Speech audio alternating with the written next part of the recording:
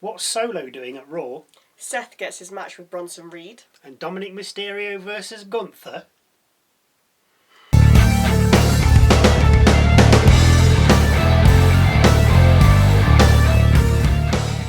Welcome to Wrestle MSX. I'm Michael. I'm Sally. And we are wasting no time tonight. Well, no, we've only got 2 hours. As we watch Bronson Reed making his way into the stadium with his luggage when he's attacked by Seth Rollins. After the attack, Seth heads to the ring, grabs a mic and calls Big Boy Reed out to the ring so they can, as Mills Lane would say, get it on. Reed heads straight out to the ring with security in tow, but they have little effect as the two men get their hands on one another. Reed goes through Tsunami, but Seth rolls out the ring, so Reed launches himself at Seth from the apron, knocking him down. Reed then clears the announcer's table. Seth ends up on the table, with Reed going for another Tsunami from the timekeeper's barrier. Seth moves, leaving Reed to smash the announcer's table and down to the floor. Backstage hands are then able to keep the two apart. What a start. Jackie Redmond speaks with Damage Control next. Sky says that Jackson and Legend, who they face on NXT tomorrow night, are just in the way and they're not done with Jade Cargill and Bianca Belair yet. They then get interrupted by Liv Morgan and Raquel Rodriguez. Morgan says their interview is over and that she wants to talk about Nia Jax. Liv said that Nia is jealous because she has the Women's World Championship, Daddy Dom, Judgment Day and Raquel Rodriguez, and that after Crown Jewel she'll have the Crown Jewel Championship. Damage Control then interrupts Morgan, with Morgan telling them that her and Raquel used to be tag team champs, and they could be tag team champs again anytime they want. Damage Control say they'll fight tonight. Morgan agrees. Have we got time for an impromptu match? Well, I don't know. Better be hurry up. We then find out that ring announcer Samantha Irvin has moved on to pastures new, so Lillian Garcia is at ringside announcing the competitors. The New Day out next as they take on AOP in a World Tag Team Championship #1 Contenders Tournament first round. AOP, of course, with Cross, Scarlett and Ellering. New Day fly out of the traps, double team Akam with quick tags and moves working over his left arm. Woods then ends up outside the ring with Cross making his way over to talk some smack. The camera then pans over to the announcer's table and we see the Miz standing there, dressed all in black.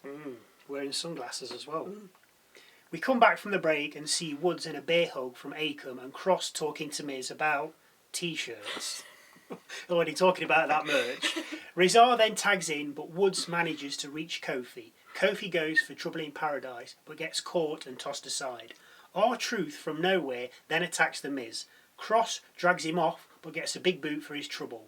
Rizar looks on, but as he does, Kofi rolls him up from behind and scores the pin. New Day with the victory, and R-Truth is celebrating with them. The New Day then leave the ring, with the Final Testament getting in. Truth doesn't realise and suffers a beatdown with the Miz helping out. Kofi wants to go back down to the ring to help, but Woods stops him. As Miz continues his attack, the lights go out and the piano begins. It's the Wyatt Sicks. The lights come on and the Six have surrounded the ring with Cross, Nikki, on top of the rope getting ready to pounce, and pounce she does, right onto Scarlett. The two factions then clash with the Wyatt Six clearing the ring, the Miz cowering in the middle. As the Six and the Testament fight off into the crowd, the Miz stands up, feeling he has escaped. Little does he know that Uncle Howdy is behind him. Howdy spins Miz round to land the mandible claw on him, but Paul Ellery pushes Miz out of the way and suffers the claw instead. We then head to the adverts with a choked out Ellering in the ring. We come back from the break with Jackie Redmond asking Adam Pearce how he's going to get the show under control, because to be fair, it has been wild. As he's about to answer, Bronson Reed shouts and comes up to him, but before any dialogue is exchanged, Seth Rollins comes running in, taking out Reed. The two men brawl again, but once again, the backstage staff break it up, spoiling it. Next up, Damage Control versus Liv Morgan and Raquel Rodriguez. Lash Legend and Jakara Jackson watching on ringside. Sky batters Morgan from the off, so Liv dives for a tag, bringing in Rodriguez. But Damage Control managed to deal with her with quick tags and double team moves. We come back from the break to see Sane kicking out of a cover by Rodriguez at 2. Sky and Morgan then come in. Sky dropping Morgan with a missile dropkick and Meteora. She follows this up with a cover, but only for a 2. After an assisted elbow from Sane on Morgan, Sky goes for another cover on Morgan. This time the pin is broken up by Rodriguez, who then takes herself out on the ring post. The match then ends up outside the ring, with Sky missile dropkicking Liv into the crowd barrier, right in front of Jackson and Legend. Sky then drags Jackson over the barrier, turns towards Legend and gets a forearm to the face from Lash. Lash then climbs over the barrier, with the ref calling for the bell due to outside interference. Damage Control, Lash and Jackson then end up back in the ring, with Jackson hitting Sane with Sugar Rush and Legend performing Lash extension on Sky. Rodriguez and Morgan then get back in the ring squaring off against Legend and Jackson when Rhea Ripley's theme plays out. Jackson and Legend exit the ring, leaving Morgan and Rodriguez to face the music. Rhea headbutts Rodriguez, then targets Morgan, with Rhea going for a riptide. As she lifts Morgan, Dirty Dom runs out for the save, grabbing Morgan's leg and pulling her to the outside. Rhea then gets Dom in the ring, locking him in the prison trap, only for Rodriguez and Morgan to help him escape by pulling him out the ring. The bad guys then make their getaway as Ripley looks on. Backstage we see Seth heading towards Adam Pearce when he gets intercepted by Reed, with the two fighting again. Once again the two get separated by backstage hands, with Pearce then following up by telling them that they have a match at Crown Jewel. Nice. Back from the break, and after a War Raiders vignette, we see the Judgment Day's new clubhouse. We mentioned that last week. Yeah. Thanks for listening, guys.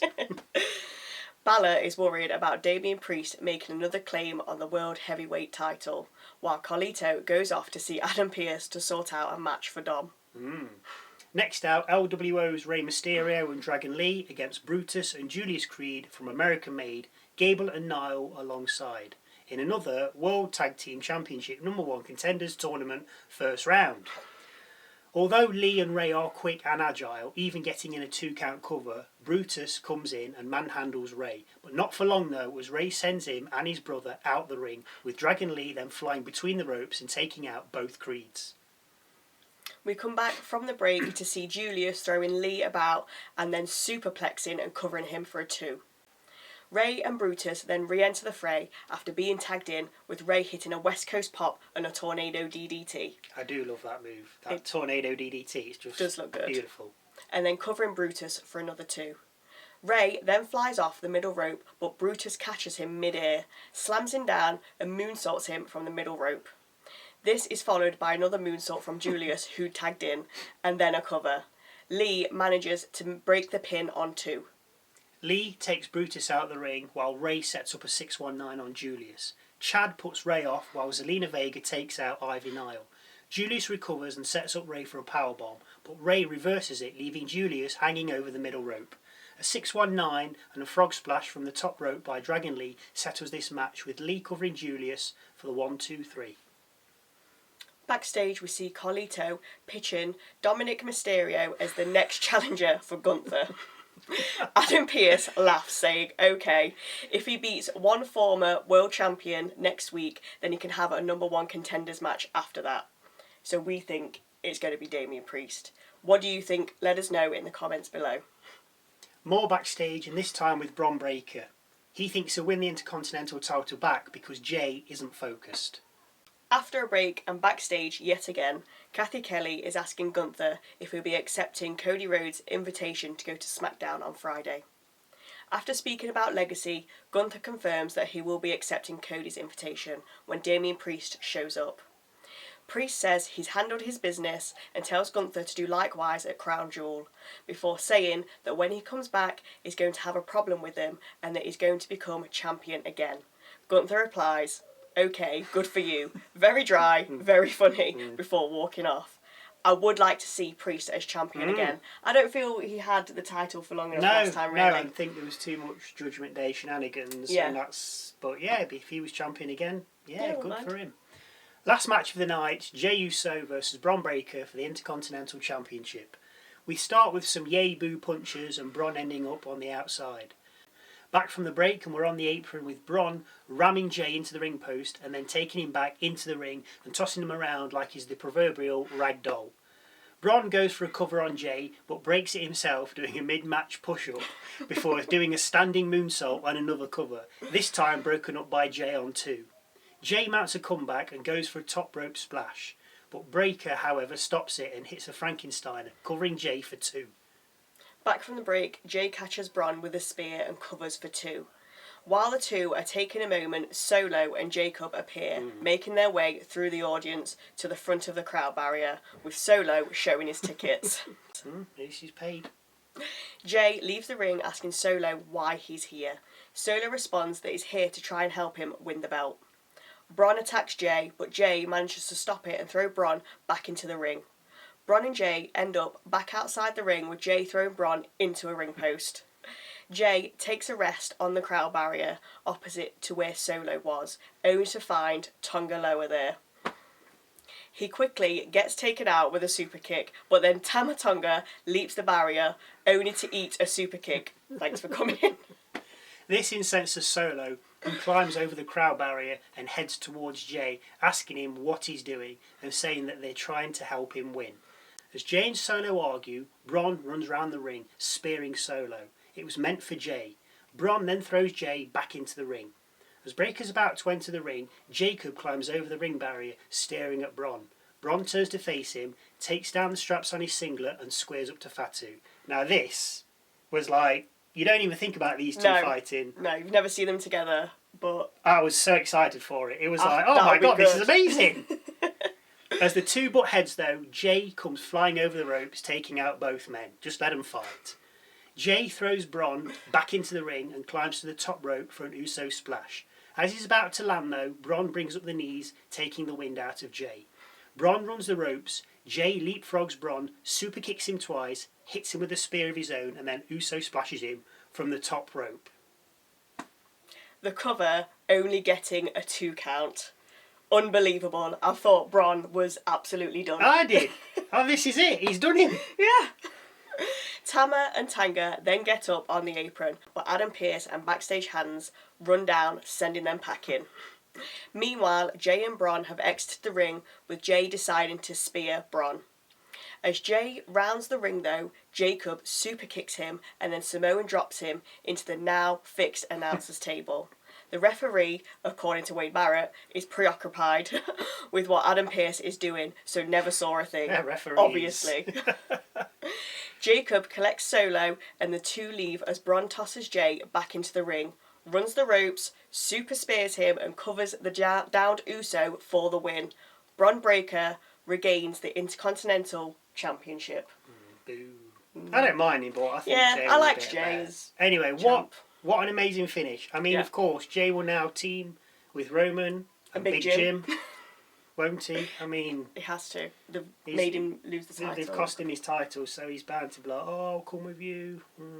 But when Bron and Jacob squared up to one another, I was getting pumped. It was great.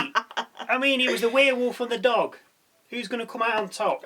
That would be good to see. It was like back in the old days when it was Austin and Rock squaring up. Yeah, you remember, they were the good old days. But now these two, because you don't even think of them. No. And the two big guys. Yeah. And they would, and they would. And you don't even think, match. oh yeah, that's the dream match. But yeah, that'd be good. That'd be good. Yeah. Anyway, thank you again for watching. And we'll see you Saturday for SmackDown. And give us a subscribe.